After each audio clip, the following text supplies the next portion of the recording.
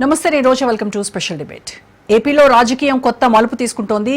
ఓవైపు కూటమి సర్కార్ వర్సెస్ వైసీపీ అన్నట్టుగా సీన్ ఎస్టాబ్లిష్ అవుతోంది. వైసీపీ అధినేత జగన్ చిత్తూరు జిల్లాలోని బంగారుపాళ్యం మార్కెట్ యార్డ్ సందర్శన ఉద్రిక్తంగా మారింది. రెంటపాళ్ల ఘటన మరొకముందే మరోసారి అలజడి రేగింది.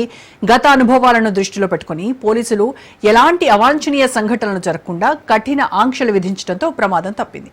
జగన్ హెలీప్యాడ్ దగ్గర 30 మందిని మాత్రమే అనుమతిస్తామని, బాధిత మామిడి రైతులతో మాట్లాడేందుకు మార్కెట్ యార్డ్లోకి 500 మందిని మాత్రమే అనుమతిస్తామని పోలీసులు ప్రకటించినప్పటికీ భారీ సంఖ్యలో కార్యకర్తలు తరలిరావడం పోలీస్ వర్సెస్ వైసీపీ కార్యకర్తలు అన్నట్టుగా సీన్ మారిపోయింది. హెలీప్యాడ్ లోకి దూసుకెళ్లడమే కాకుండా జగన్ అక్కడికి చేరుకునే లోపే వేలాది మంది మార్కెట్ యార్డ్ లోకి దూసుకెళ్లడంతో వాళ్ళని కంట్రోల్ చేయడానికి పోలీసులు నానా అవస్థలు పడ్డారు. బంగారుపాళ్యం మార్కెట్ యార్డ్ కు పార్టీ నేతలు కార్యకర్తలు రాకుండా పోలీసులు అడ్డుకున్నారని వైసీపీ నేతలు ఆరోపించారు. ఇక రైతులకు చంద్రబాబు సర్కార్ అన్యాయం చేస్తోందని, రైతులకు సంఘీభావం తెలియజేయడానికి రావడం కూడా తప్పేనా అంటూ మండిపడ్డారు జగన్.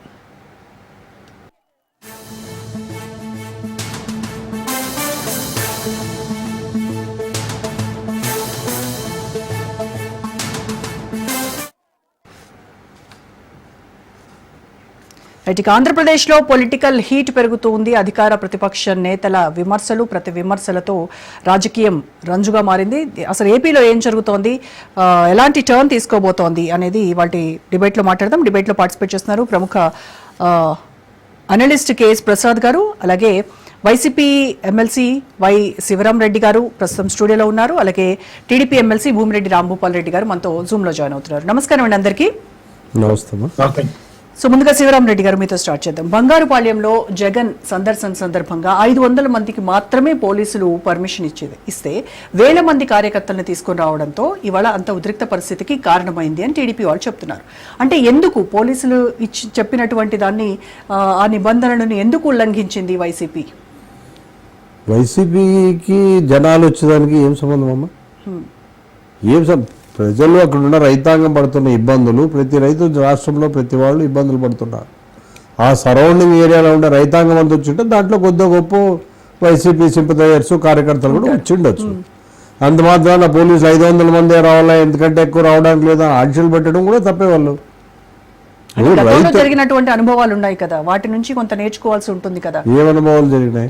లాస్ట్ టైం జరిగినటువంటి సందర్శనలో జరిగిన తొక్కిసలాట చూసాం కదా మనం. కాదమ్మా, తొక్కిసలాట ప్రజల్ని తొక్కిసలాట జరుపుకుని చూడాల్సిన బాధ్యత డిపార్ట్మెంట్ది. గతంలో చంద్రబాబు నాయుడు గారు కానీ లేకుంటే పవన్ కళ్యాణ్ గారు కానీ పోయినప్పుడు ఎలాంటి ఆంక్షలు పెట్టలేదే. అంతమందే రావాలా, 500 మందే రావాలని ఆ రోజు పవన్ కళ్యాణ్ గారి మీటింగ్లో కూడా విపరీతంగా తొక్కిసలాటలు జరిగినాయి. మరి ఒకసారి ఎప్పుడో వీళ్ళు చీరలు గుంటూరులో చీరలు పంచుతుంటే మీటింగ్లో అప్పుడు ఎన్ని అయినాయి. మరి ఆ రోజు 100 మంది 200 మంది రావచ్చు అని వాళ్ళు డిసైడ్ చేసుకోవచ్చు కదా. మరి ఆ రోజు అన్ని ఏం ఆంక్షలు పెట్టలే జగన్మోహన్ రెడ్డి గారు. తర్వాత వీళ్ళు జగన్మోహన్ రెడ్డి గారికి వస్తున్న ఈ జన సమూహాన్ని చూసి ఈరోజు ఏదో రకంగా దీన్ని అడ్డుకట్ట వేయాలనే రకంగా కేసులు పెట్టడం, అలాగే బెదిరించడం, లేని కొత్తగా అసలు ఇంతవరకు ఎప్పుడైనా చూసారా? డ్రైవింగ్ చేసేటప్పుడు ఒకవేళ డ్రైవర్ మీద కేసు పెట్టి చూసాం, కానీ యాక్సిడెంట్ అయిపోతే జగన్మోహన్ ముందు ఎస్పీ ఏమంటాడు, ఆయన దీనికి కాన్వాయ్కే సంబంధం లేదు ఏం లేదని ఎస్పీ గారు చెప్తారు.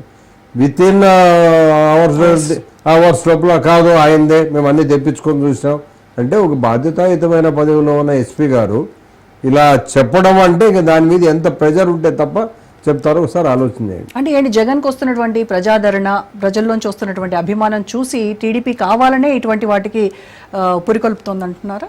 100% ఈరోజు కేవలం ఫస్ట్లో వచ్చేప్పుడు భయపెట్టాలని వాళ్ళని కొట్టడము, వీళ్ళని కొట్టడము, కేసులు తప్పుడు కేసులు పెట్టడము, ఇళ్ళకి పోయి అరాచకాలు చేయడము, మళ్ళీ వాళ్ళ ఆస్తులు కొల్లగొట్టడము, లూటీలు చేయడము, ఆడవాళ్ళు అనుకోకుండా వాళ్ళని వాళ్ళపైన దౌర్జన్యం చేయడం ఇప్పుడు కూడా చూస్తున్నాం కదా. వాళ్ళు గలాట, వాళ్ళ కార్యకర్తలు దౌర్జన్యాలు చేసినా, మర్డర్లు చేసినా మొన్న ఈ మధ్యనే చూసింటారు. ఒక సర్పంచ్ పైన చిత్తూరు జిల్లాలో ఎలా దాడి చేశారని, ఎక్కడో కాఫీనో టీ తాగేమని ధైర్యం పోయి చంపడానికి ప్రయత్నిస్తే కూడా దాన్ని పెద్ద సీరియస్నెస్ లేదు. బస్టాండ్ ఒంగోలు దగ్గర, ఒంగోలు జిల్లాలో, ప్రకాశం జిల్లాలో మర్డర్ చేయడం జరిగింది. ఇట్లా మర్డర్లు ఎన్ని అయినాయి, దౌర్జన్యాలు ఎన్ని అయినాయి, వాళ్ళ మీద ఏం యాక్షన్స్ ఉన్నాయో చెప్పమానండి. రైట్. ఈరోజు ఇంత విచ్చలవిడిగా చేస్తుంటే లా అండ్ ఆర్డర్ అంతా ఫెయిల్ అయినా కంట్రోల్ చేయలేకపోతే ఎట్లా? అదే గతంలో జగన్మోహన్ రెడ్డి గారు ఏ పార్టీ లేదు, మతం లేదు, కులం లేదు, వర్గం లేదు, పార్టీ లేదు, లా అండ్ ఆర్డర్ మెయింటైన్ చేయడానికి స్ట్రిక్ట్గా ఆర్డర్ చేశాడు. వీళ్ళు ఏం చెప్తారు, క్వశ్చనే లేదు మా పార్టీ క్యాడర్ ఏం చెప్తే అది మనం ఒక ముఖ్యమంత్రి స్థాయిలో చెప్తాడు. వైఎస్ఆర్ వాళ్ళు పని చేయొద్దండి అంటే వైఎస్ఆర్ పార్టీకి సంబంధించి సింపథైజర్స్ కావచ్చు, వైఎస్ఆర్ పార్టీ వాళ్ళు కావచ్చు, వీళ్ళు ట్యాక్స్ పే చేయడం లేదా? డైరెక్ట్గానో ఇండైరెక్ట్గానో వచ్చే ట్యాక్స్ మీకు కూడా వస్తుంది కదా స్టేట్ గవర్నమెంట్. మరి వాళ్ళందరికీ మీరు సొంత డబ్బులు ఇచ్చినట్లు వాళ్ళకి ఎవరికి పనులు చేయకూడదు డైరెక్ట్గా ఇండైరెక్ట్గా అని ఒక మెసేజ్ ముఖ్యమంత్రిగా ఉండిస్తే రాంగ్ మెసేజ్ కదా అది. ముఖ్యమంత్రి అయ్యే వరకు ఎలక్షన్లు ఒక ఎత్తు, అందులో ఒక భాగం ప్రజాస్వామ్యంలో. అవి అయిపోతేనే మీరు అందరినీ సమానంగా చూడాలి, అందరినీ రావాల్సిన బెనిఫిట్స్ అందరికీ రావాలి, ఎవరిని తారతమ్యం లేకుండా చూడండి. లా అండ్ ఆర్డర్ కావచ్చు, మిగిలిన వీటిలో కావచ్చు, న్యాయం చేయండి పేదవాడికి అర్హులైన వాళ్ళకి అని చెప్పాలి. కానీ ఒక ముఖ్యమంత్రి గారే డైరెక్ట్గా చెప్తూ ఈయనకు వచ్చే ప్రజాదరణ చూసి దీన్ని ఏదో రకంగా ఇబ్బంది పెట్టాలని మన ఈ మధ్యనే చెప్పారు కదా.